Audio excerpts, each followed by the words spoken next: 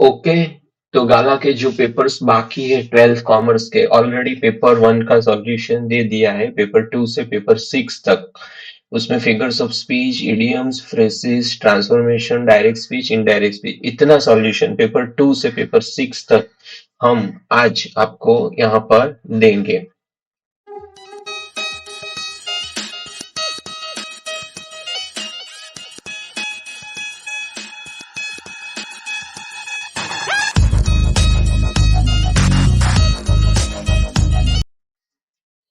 तो देखते हैं पेपर नंबर 2 का सॉल्यूशन। इससे पहले पेपर 1 का सॉल्यूशन ऑलरेडी दे दिया है, वो चैनल पर अवेलेबल है।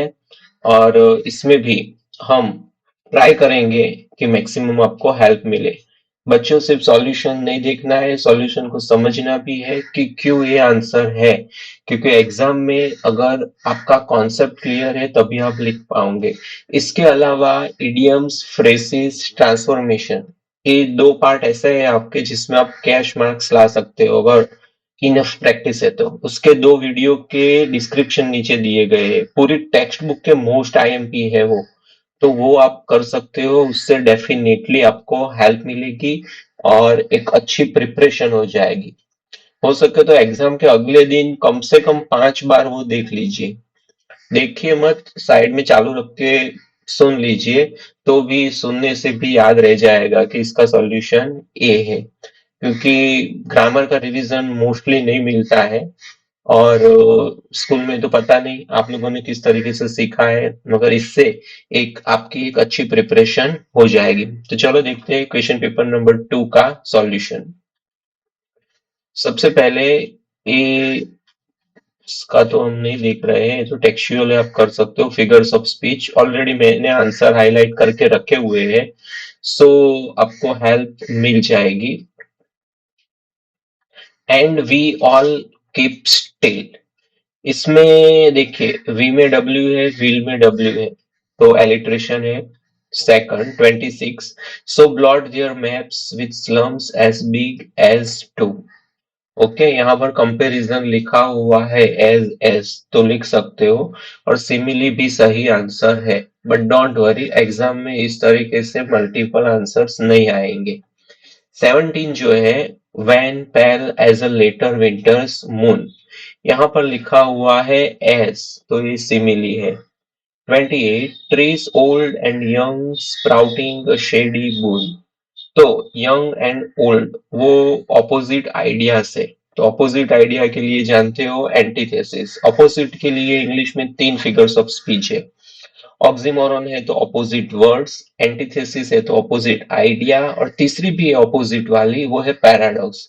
पैराडॉक्स में होता है ऑपोजिट कुछ बात होती है ह्यूमन नेचर के रिलेटेड, वो होता है पैराडॉक्स। चलो नेक्स्ट देखते हैं।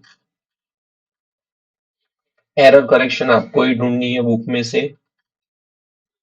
ओके, ये जो पार्ट है वो मैं बता रहा था आपको, ये मोस्ट इम्पोर्टेंट पार्ट है। और यही पार्ट आपको अच्छी तरह से लर्न करना है। टेक्सचुअल फ्रेज 4 मार्क क्यों जाने दे। ओके। और दूसरी बात, इसको रीराइट करना है, सिर्फ आंसर नहीं लिखना है, वो ध्यान रखना, क्योंकि आपके इंस्ट्रक्शन ही है रीराइट करो।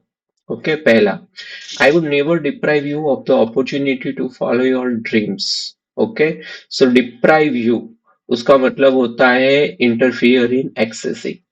आई don't earn enough money to keep body and soul together.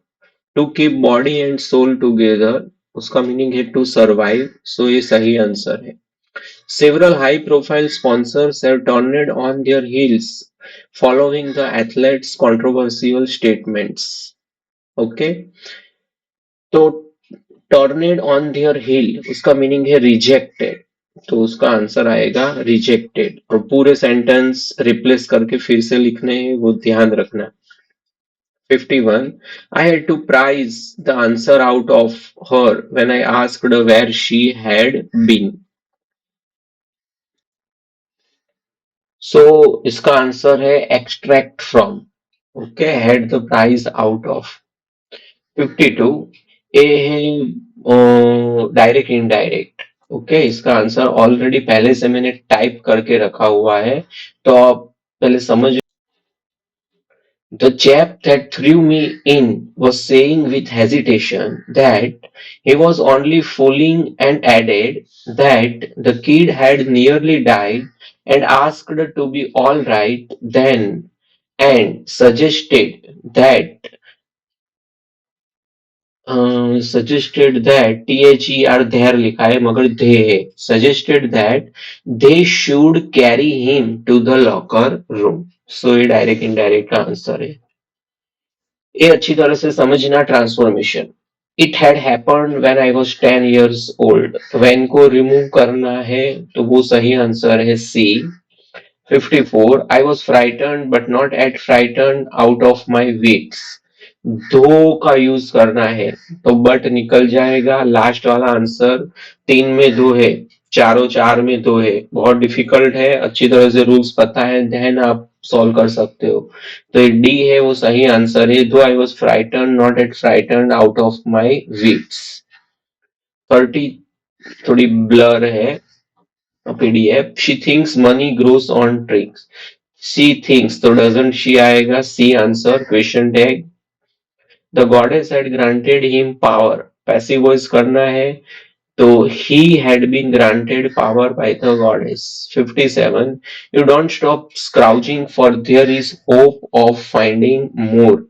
Since का यूज करना है. सेकंड वाला बी आंसर सही है. Since there is hope of finding more, don't stop scrounging. 58 How I blushed and how I frightened I was. Choose a correct assertive sentence. So C is the perfectly right answer, that I was splendidly blushed and greatly frightened. Okay. So ये paper number 2 का solution हो गया. मिलते हैं next session में paper number 3 में. और idioms phrases और ट्रांसफॉर्मेशन के वीडियो अच्छी तरह से समझना और याद रखना. Thank you. और चैनल को सब्सक्राइब कर दीजिए जिससे थोड़ी इंस्पिरेशन मिले और भी कुछ दे सके हम. एक्चुअली वीडियोस पब्लिश होने में देर हो गई है मगर अब हमारे पास टाइम है क्योंकि स्टूडेंट्स अभी रीड कर रहे हैं. डाउट सेशन के अलावा कुछ है नहीं तो हम फ्री है इसलिए टाइम रखा है. और 12th कॉमर्स के मैंने यूट्यूब पे देखा तो कोई वीडियोस है नहीं.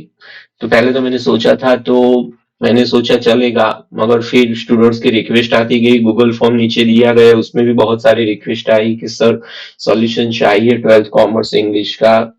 तो मैंने देखा यूट्यूब पर कोई है नहीं और स्टूडेंट्स को हेल्प चाहिए. तो भले ही 1 वीक बाकी रहा है अभी बोर्ड के एग्जाम का तो भी मैंने सोचा चलो अभी थोड़ा काम करते हैं और बच्चों को हेल्प करते हैं. तो चैनल को सब्सक्राइब कीजिए, लाइक कीजिए और अपने फ्रेंड में ये जो वीडियो है वो शेयर कीजिए. Thank you.